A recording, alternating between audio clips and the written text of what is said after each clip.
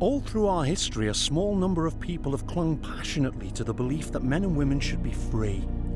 They're the brave souls who kept the falcon song of freedom safe in their breast when others would have smothered and stifled it, calling it treason and rebellion. Today, we take our freedom so much for granted that we often forget they were paid for with the body and blood of our ancestors. We're not the only people ever to have lived under the shadow of the threat of international terrorism. Right here in England in the reign of Elizabeth I, the entire population were convinced that there was a conspiracy of foreign Catholic powers who were organising a network of international terrorists to come here and overthrow the monarchy, seize control of the government and drag Protestant England back to the Church of Rome. Here in a little church in King's Lynn, you can see a double painting that tells you about the twin terrors of the Spanish Armada and the Gunpowder Plot. English gentlemen spearheaded the Pope's secret war against Elizabeth. Trained as Jesuit priests abroad, they were infiltrated back into their homeland to win new converts, to bolster up the morale of older Catholics and return the English Church to Rome. One of the first to arrive after the defeat of the Spanish Armada splashed ashore on the Haysborough Strand in Norfolk and quickly and quietly went underground. His name was Father John Gerard. Of course, one man's terrorist is another man's freedom fighter. As John Gerard made his way along the highways and byways of East Anglia, winning converts to his cause, he displayed all the classic attributes of a secret agent. He had the cold intellect of George Smiley and all the style and flair of James Bond. This is a man who was imprisoned and tortured in the Tower of London and still managed to escape. No wonder that the English Catholics thought of him as a folk hero.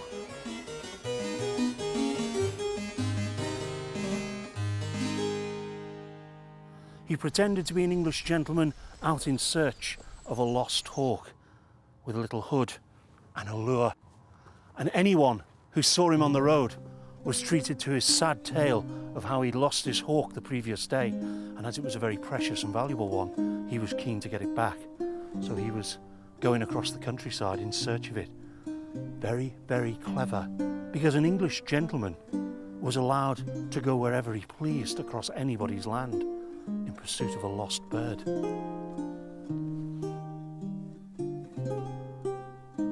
From the moment Gerard landed in Norfolk, he was in enemy territory. Protestant England marked down every Jesuit, every Catholic priest for death. So now his survival depended on a network of trustworthy men and women, Catholics who could be relied on to be faithful even unto death. People like the Bedingfelts here at Oxborough Hall, people who would do whatever it took to protect their priests, people who provided the safe houses for the English mission. Ecce Agnus Dei. As a regrettable but necessary prelude to bringing England back beneath the sheltering mantle of the Holy Catholic and Apostolic Church, certain members of the English mission were instructed to work towards the assassination of the Protestant heretic Queen. All of these priests had an iron discipline and unshakable faith, and they needed it. Once captured, they'd be tortured for information, then hanged, disemboweled, and quartered for high treason. Amen. But a safe house could still be appallingly vulnerable. Just think about it. Jealous neighbours, disgruntled servants, all of them could and frequently did shop Catholic families to the authorities. So as a last resort, even a place like this needed 1, 2, maybe 3 or 4 priest holes, secret chambers, where a priest could literally hole up when the counter-terrorist squad came crashing through the door.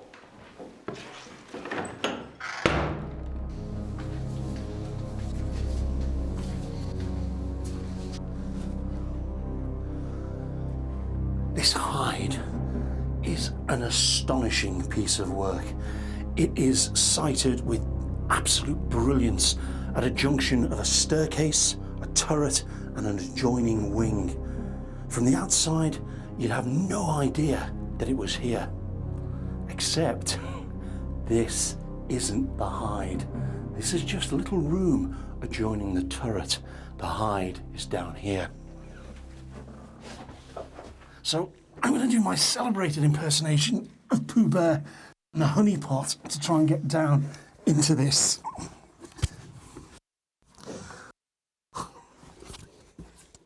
Oh.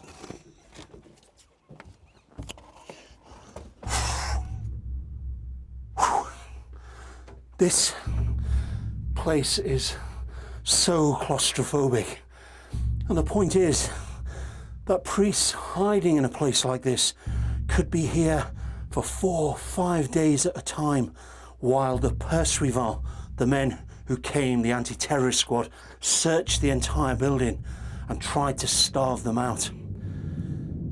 I don't know how strong your faith would have to be to enable you to sit here for days and nights listening to people banging on the walls, testing the floorboards, and knowing deep inside just what will happen to you if they discover you. It doesn't bear thinking about. John Gerard made disguise and deception second nature. He knew never to ignore his instincts, never ignore his intuition.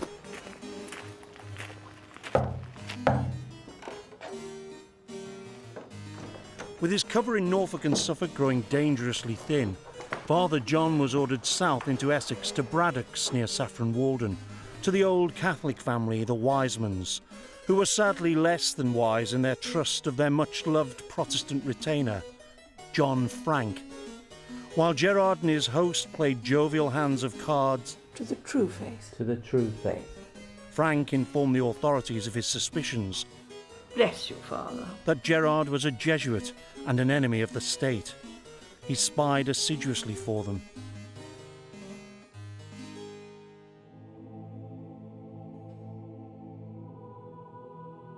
They came at dawn on Easter Monday, as the Wisemans were hearing Mass. Et elevatis oculis in caelum ad te Deum Patrem sum omnipotentem tibi gratias agens. Hoc est enim corpus meum.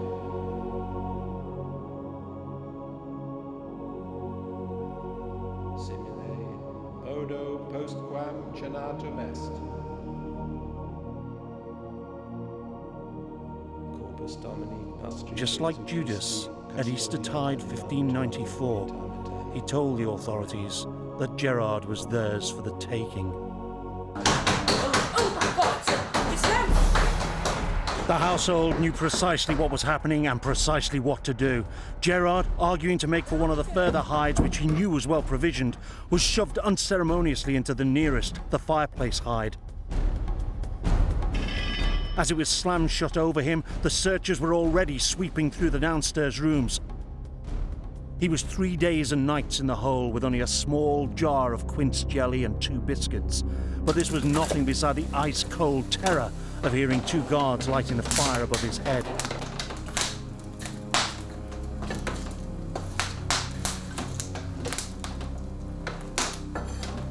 As the thin brick covering above began to crumble in the heat, the guards noticed the hole. Gerard even heard them agree to check it out in the morning. But they were called downstairs and never returned.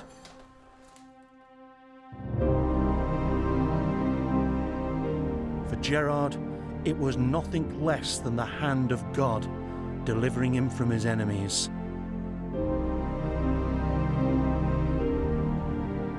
Sadly, his freedom was short-lived.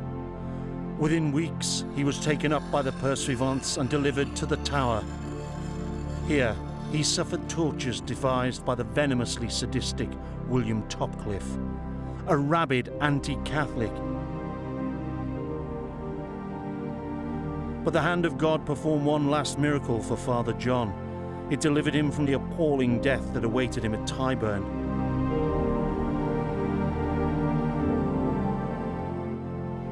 Gerard was one of the very small number of people ever to escape from the tower. He gleefully continued his work in England, but in the aftermath of the gunpowder plot, his masters wisely determined to bring him out.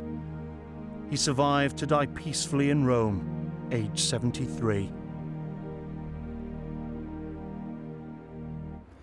Do you know, one of the things I love about our history is the way it can sometimes just leap out and give you a very nasty shock when you're least expecting it. I mean, I've just had one a few minutes ago, walking down this leafy, sun-dappled little lane on the outskirts of Dorchester and thinking to myself, what a pleasant place it was to spend a lunch hour. Well, until that is, you come to these statues, because these statues are a very forcible reminder that in the past, this was anything but a pleasant place to find yourself. This was the spot where the public gallows stood. People died here for crimes we'd never considered deserving of the death by slow strangulation that a harsh law demanded in a harsh age. But for high treason, the Crown ensured that traitors suffered all the indignities that they deemed appropriate for the discouragement of those who might harbour thoughts of rebellion.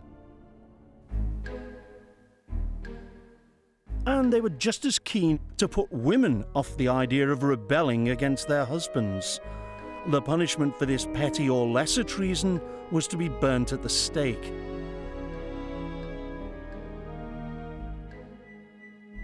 If you believe her critics, Mary Channing was a promiscuous, wayward little whore who squandered her husband's fortune on drink, expensive clothes, and extravagant gifts for her lovers.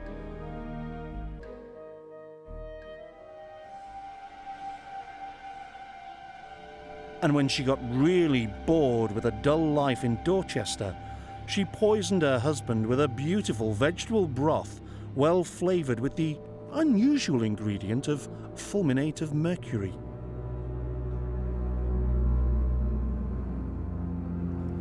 Not surprisingly, his Last Supper carried him off faster than Mary's lovers carried her up the stairs. But remember, this is England in 1705. Any woman that gives them so much as a sniff of a rebellious and wayward spirit will be criticised and crushed.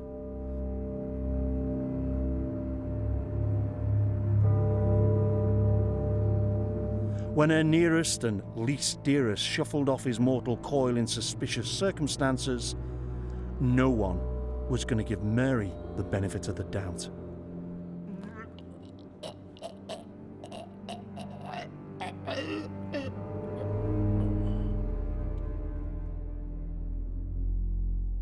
After due deliberation, the jury adjudged Mary Channing to have murdered her husband with malice aforethought. That and a rather large dollop of mercury. So she was found guilty of petty treason and sentenced to be burned at the stake. But while she'd been busily pumping hubby full of quicksilver, her lover had managed to get Mary pregnant. And so with huge relief, she was able to plead her belly. I'm innocent, save my baby. Under English law, you couldn't execute a woman who was pregnant because you'd be killing the unborn and innocent child. So you were allowed to have the child, suckle it, and when it was big enough to be weaned, it would be taken from you, and you'd be taken to be executed. But the hope was that your friends and family would use the time to get a pardon by pulling strings and greasing the right palms. And that might have worked for Mary, except that her father-in-law, with very good reason, was determined to have his revenge. He blocked every attempt that Mary's friends and family made to get her off the hook. And on March the 8th, she was led out of these dark, dreary rooms and taken to the place of execution. And that place was Mornbury Rings, the venue for Dorchester's premier 18th century tourist attraction, the annual Hang Fair. It was an all singing, all dancing, fun for all a family event. Something you could bring your kids and your granny to. The whole area was packed with sideshows and stalls and spectacles. Everyone came here to have a good day out. And the climax of that day out was to watch a public execution. Early in the day, two poor unfortunates had been strung up on the outer bank. That had only whetted the crowd's appetite, because topping the bill that day, the star attraction, was Mary Channing. And 10,000 people had crammed themselves into this space to see this 19-year-old burnt at the stake. And they weren't disappointed. She was brought in a group of ministers who all knelt down with her to pray. She'd asked to be baptized just a few days previously. And when the time came and the praying was over, they took her to the stake, stacked the faggots all around her, and the final act of mercy, flipped a rope around her throat and strangled her at the stake so that the flames wouldn't take her alive. Mary protested to the last that she hadn't murdered her husband.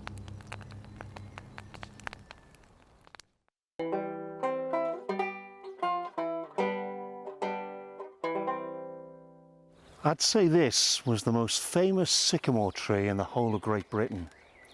And this is a flail. Flails have been around in this country since, well, I guess Roman times. In the winter months, farm workers would gather together on the threshing floor and spend the day thrashing or threshing out the wheat. The important thing was, it provided them with a living wage through the winter months, when traditionally there was very little work to be done on the farm. That work had gone on forming a form of social security, if you like, for a couple of thousand years, until at the height of the agricultural revolution in the early 1800s, the new technology produced the threshing machine, a machine that could do the work of 10 or 12 men. The farmers were delighted. This was going to be an opportunity to bring in new machinery and lay off those 10 or 12 men. It wasn't as if the farmers were destitute and needed to have a lean, efficient business. They were doing it to make more money at the expense of their labourers. Profit was being put before people again. Men with no vote and no voice were the victims again. But in Dorset, some were saying, no, never again. Here in Tolpuddle, 6 Dorset labourers gathered beneath this very tree on this very spot and decided that they were going to form an agricultural labourers' union. They were going to fight back. Tolpuddle's squire, James Frampton, was typical of his class, incensed that the ingrate lower orders should have the temerity to challenge their traditional wisdom of the ordering of rural affairs. Hugely outnumbered by the labouring population, they easily persuaded themselves that they were teetering on the abyss of riot and rebellion, and that harsh measures were necessary to crush this mutinous enemy within. The English law, the gentry's law, gave Squire Frampton the perfect blunt instrument to bludgeon his enemies. The Tolpuddle men were brought here to the assize at Dorchester Crown Court. Now remember, some of them were Methodist preachers. They were articulate men. They were good at arguing their case. Much good it did them. This was a show trial with a rigged jury. Frampton was on the jury. So was his son, so was Frampton's brother-in-law. Hardly impartial. And just to make certain, there was a handful of magistrates who'd signed the original arrest warrant. From the moment the Dorset labourers had put their heads above the parapet, Frampton had determined they were going to go down.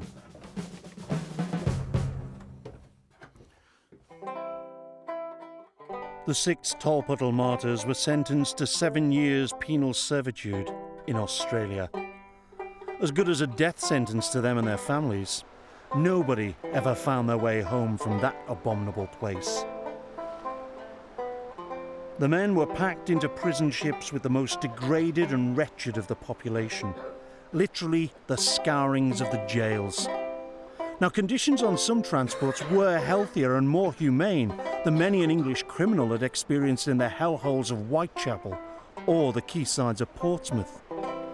But for the Dorset men, they were doubly doomed. They made the trip in insanitary and unnecessarily severe conditions.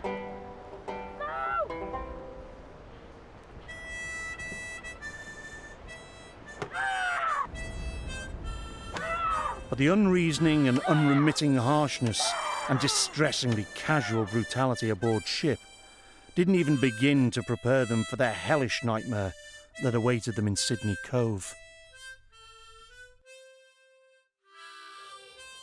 The clear conspiracy, the savage injustice that had sent these 6 Dorset labourers to the very ends of the earth outraged tens of thousands of people in this country. They were absolutely and utterly determined that they would force the government to reverse the decision. And that's just what they did. And in the fullness of time, the king, very reluctantly, was forced to sign a full and unconditional pardon for these men and bring them back to England. This statue of George Lovelace shows him gazing up in the depths of his despair that he could ever make people see the working man, listen to the working man. What happened to the Tolpuddle martyrs took us just a few more steps down the road that would one day lead labouring men and women to a time when they could expect to have a fair return on their labour, to a time when none of us would ever again have to tug our forelock to the likes of Squire Frampton.